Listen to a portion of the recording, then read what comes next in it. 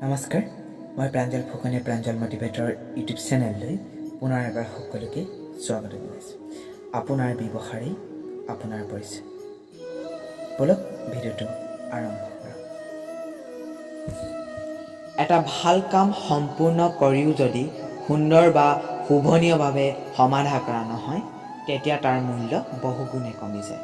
অৰ্থাৎ কামটো কি এই কথাটোৰ সমানেই গুৰুত্বপূৰ্ণ হ'ল তাক কেনেকৈ কৰা হৈছে সেই কথাটো।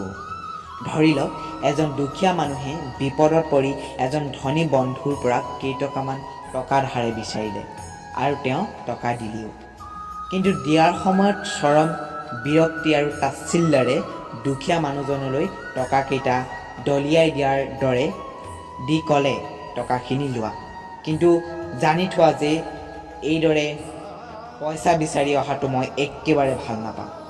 তেতিয়া টকাকেইটা পাই মানুহজনে বিপদৰ পৰা বাৰু উদ্ধাৰ পালে, কিন্তু ধনী বন্ধুৰ কথাই তেওঁৰ মনত যিমান আঘাত দিলে, সেই তিক্ত অনুভূতিয়ে তেওঁক বহুদিনলৈ কষ্ট দি থাকিল। এয়া সৎ আচৰণ নহয়। সৎ আচৰণৰ অৰ্থ হ'ল স্নেহপূৰ্ণ আচৰণ। সম্পৰ্কত যেতিয়ালৈকে মৰম, ভালপোৱা আৰু সহানুভূতিৰ ভাৱ নাথাকে, তেতিয়ালৈকে সৎ আচৰণ আছে বুলি ক'ব নোৱাৰি। সৎ আচৰণ সতে ধনী দুখীয়াৰ কথা নাই। জেপত ফুটা কৰি এটা নথকা মানুহ এজনেও আনৰ প্ৰতি সৌজন্য প্ৰদৰ্শন কৰিব পাৰে। বিনম্ৰতাৰে বহু জটিল কামো সহজে সমাধা কৰিব পৰা যায়। তাৰ বাবে ধন খৰচৰ প্ৰয়োজন নাই।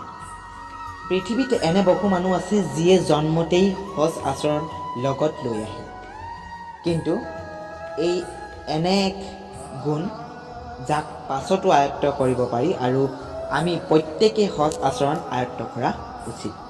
বস্তুবাদী পৃথিৱীত সম্ভৱতঃ সকলোতকৈ সুলভ অথচ সুন্দৰ বস্তুটোৱেই হৈছে সৎ আচৰণ। আপোনাৰ ব্যৱহাৰেই আপোনাৰ পৰিচয়। ধন্যবাদ। মই বিদায় লৈছোঁ প্ৰাঞ্জল ফুকনে প্ৰাঞ্জল মটিভেটৰ ইউটিউব চেনেলৰ পৰা। আৰু যদি ভিডিঅ'টো ভাল লাগিলে প্লিজ লাইক এটা কৰি দিব, আৰু যদি মোৰ চেনেলটোলৈ নতুনকৈ আহিছে প্লিজ চেনেলটো ছাবস্ক্ৰাইব কৰিবলৈ নাপাহৰিব।